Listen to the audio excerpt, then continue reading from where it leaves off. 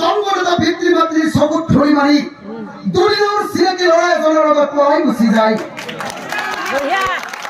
এইটো কৰ্ম কেতিয়াও কৰিব আপোনালোকৰ পিতৃ-মাতৃকো কন্যাদান কৰাৰ সুযোগখন দিয়ক। ৰাম ৰাম নাৰী গণে মিলি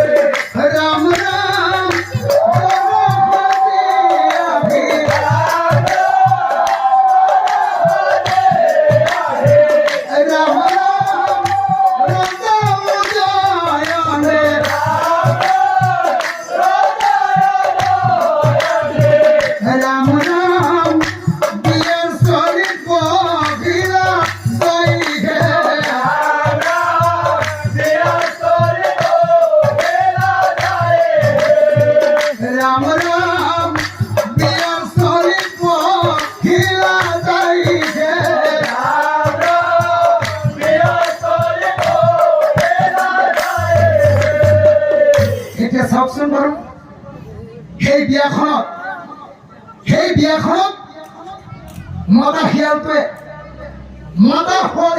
বিয়াত বহি সেই নিয়ম মতে শিয়ালে কন্যাদান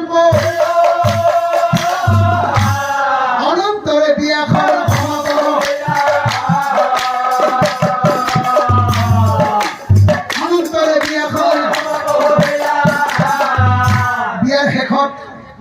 বিয়াৰ শেষত শিয়াল আৰু শিয়ালিনী হালে মোৰ কন্যাজনীক চাই দুখ মনেৰে কৈছিল, হেৰৈ বছা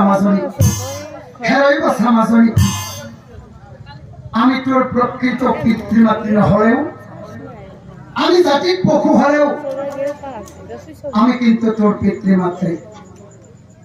সৰুৰ পৰাই তোক মৰমৰ কন্যাৰ দৰে নিজৰ ছোৱালীৰ দৰে লালন পালন কৰি ডাঙৰ কৰিলো। উপযুক্ত সময়ত আজি ৰজা উদয়নৰ লগত তোৰ বিয়াও পাতি দিলো। বাছা মাজনী, এটা কথা মনত ৰাখিবি, নাৰী জাতিৰ বাবে স্বামী হৈছে একমাত্ৰ ভগৱান। কেতিয়াও স্বামী অৱহেলা নকৰিবি, স্বামীৰ হাত বচন মানি চলিবি, স্বামী সেৱা স্বামী শুশ্ৰূষা সদায় কৰিবি।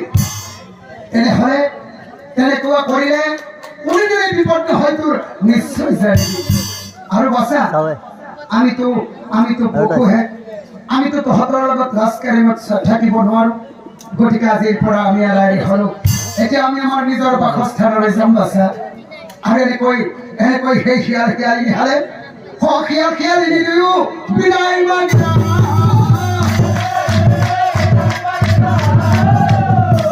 বাছা মাজনী, আমি আহিলো দে, নিজৰ স্থানে যাওঁ বুলি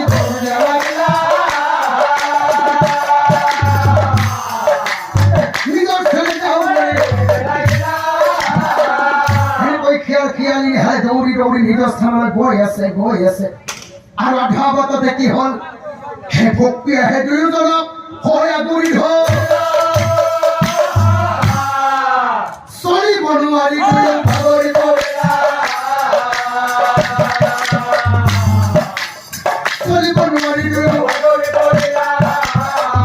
এতিয়া চাওকচোন বাৰু, সেইখিনি ঠাইতে শিয়ালিনী দুয়ো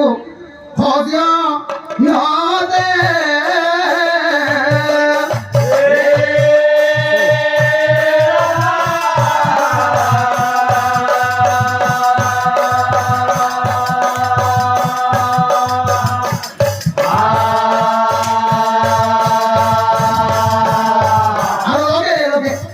স্বৰ্গৰ পৰাই বিষ্ণুৰ দূত আহি সেই দুয়োৰো জীৱন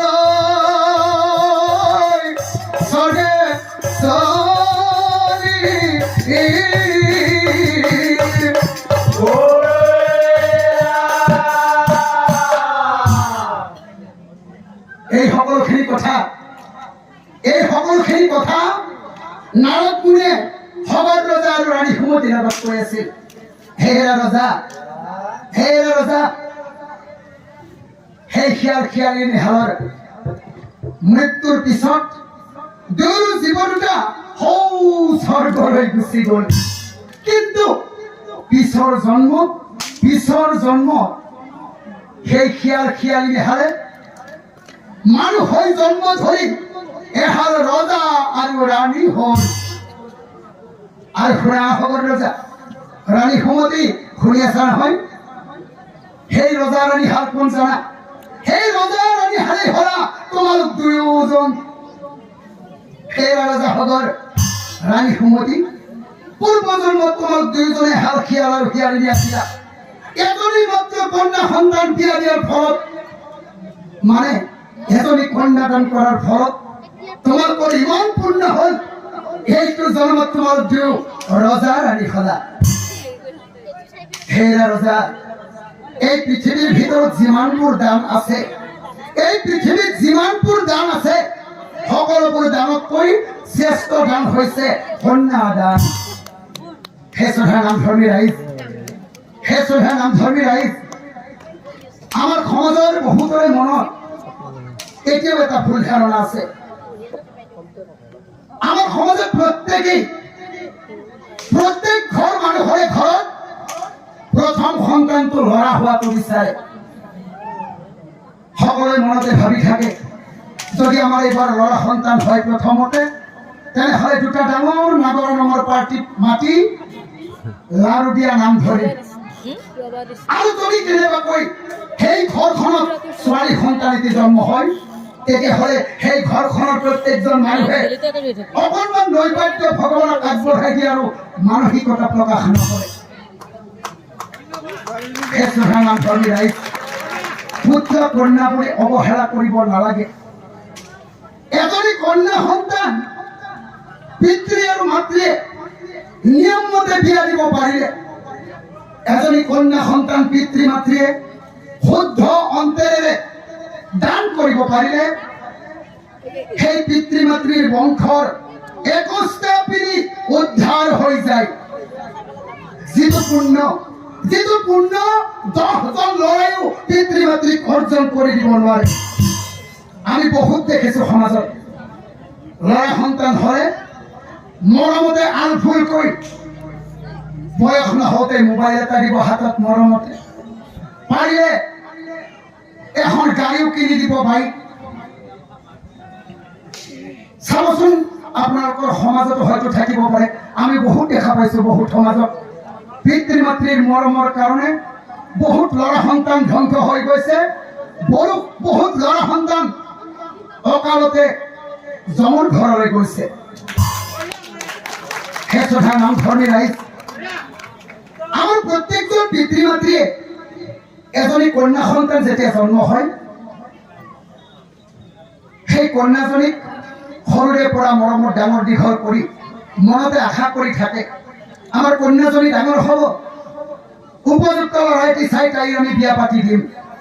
কিন্তু আমাৰ সমাজৰ কিছুমান ছোৱালীয়ে এটা ডাঙৰ অপকৰ্ম কৰে। কি কৰে জানেনে? নিজৰ জন্মদাতা পিতৃ মাতৃৰ চকুত ধৰি মাৰি দুদিনৰ চিনাকি ল'ৰা এজনৰ লগত পলাই গুচি যায়। এইটো কৰ্ম কেতিয়াও কৰিব নালাগে। পিতৃ মাতৃৰ অভিশাপ সন্তানৰ গাত লাগে। যিবোৰ সন্তানে পিতৃ মাতৃৰ হাত বচন মানি নচলে, যিবোৰ সন্তানে পিতৃ মাতৃক অৱহেলা কৰে, পিতৃ মাতৃক ফাঁকি দিয়ে, সেইবোৰ সন্তানৰ কিন্তু কেতিয়াও উন্নতি দেখা নাই। আৰু ভগৱানেও কেতিয়াও সেইবোৰ সন্তানক ভাল পথলৈ যাবলৈ নিদিয়ে। হে শ্ৰদ্ধা নামধৰ্মী ৰাইজ, গতিকে মনত ৰাখিব, পিতৃ মাতৃৰ চকুত ধুলি মাৰি দুদিনৰ চিনাকি ল'ৰা এজনৰ লগত পলাই নাযাব। আপোনালোকৰ পিতৃ মাতৃকো কন্যাদান কৰাৰ সুযোগখন দিয়ক। কি জানিবা, সেই শিয়াল আৰু শিয়ালিনীৰ দৰে আপোনালোকৰ পিতৃ মাতৃয়েও অকণমান পুণ্য অৰ্জন কৰিব পাৰে। এতিয়া চাওকচোন বাৰু, নাৰদ মুনিয়ে কৈ আছে ৰজাৰে, হে ৰজাৰাণী, প্ৰভু ভগৱন্তই কৈছিল যিখন ঘৰৰ পিতৃ মাতৃয়ে কন্যা সন্তানৰ বোজা বুকুত বান্ধি ল'ব পাৰে, কন্যা সন্তানৰ ভাৰ সহ্য কৰিব পাৰে, সেইখন ঘৰতহে প্ৰভুই কন্যা সন্তানক জন্ম দিয়ে। যাৰে তাৰে ঘৰত কন্যাৰ জন্ম নহয়। হে শ্ৰদ্ধা নামধৰ্মী ৰাইজ, যদি ভাগ্যৰ বলত পুত্ৰ সন্তানৰ জন্ম হয়, পিতৃ মাতৃৰ সৌভাগ্যৰ ফলত কন্যাৰ জন্ম হয়। এই কথা মনত ৰাখিব। এই কথা মই কোৱা নাই, এই কথা শাস্ত্ৰই কোৱা কথা। নাৰদগুৰুৱে কৈ আছে, হে ৰজাৰাণী, এনেকৈ তোমালোকে পূৰ্বজন্মত শিয়াল শিয়ালিনীৰ পৰা যেতিয়া এইটো জন্মত ৰজাৰাণী হলা, তেতিয়া এদিনাখন ৰাণী সুমতিৰ মনত পৰিল সেই পূৰ্বজন্মত শিয়াল শিয়ালিনীৰ কথা। ৰাণীৰ মনত পৰিল, আমি দেখোন পূৰ্বজন্মত শিয়াল আৰু শিয়ালিনী আছিলো।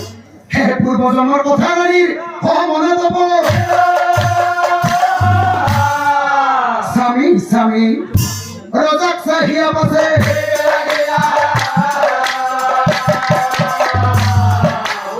ৰজাক চাহিয়া পাছে। স্বামী স্বামী শুনা শুনা প্ৰাণৰ স্বামী, মুখৰ বচনা পূৰ্বজন্মৰ কথা তোমাৰ পৰে মনত।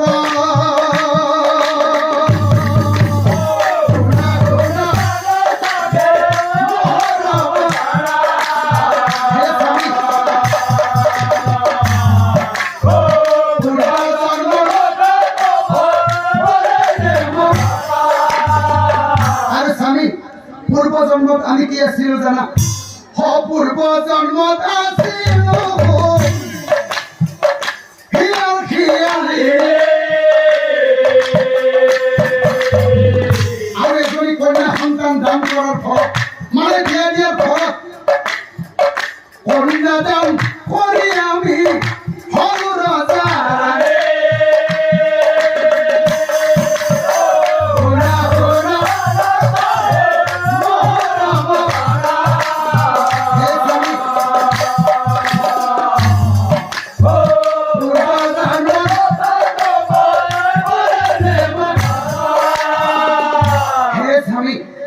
স্বামী, পূৰ্বজন্মত আমি এহাল শিয়াল শিয়ালিনী আছিল।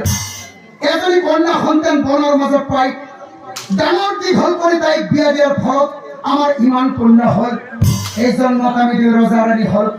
তেনেহ'লে ভাবি চোৱাচোন, তেনেহ'লে এবাৰ ভাবি চোৱা, যদি আমি এইটো জন্মত একেলগে ৬০,০০০ জনী কন্যা জন্ম দি একেলগে ৬০,০০০ কন্যাক দান কৰিব পাৰো, বিয়া দিব পাৰো, তেনেহ'লে এইবাৰ দেখোন আমি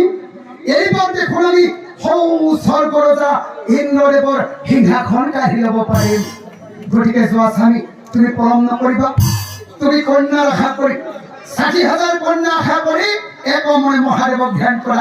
যোৱা স্বামী, তুমি পলম নকৰিবা, তুমি যোৱা।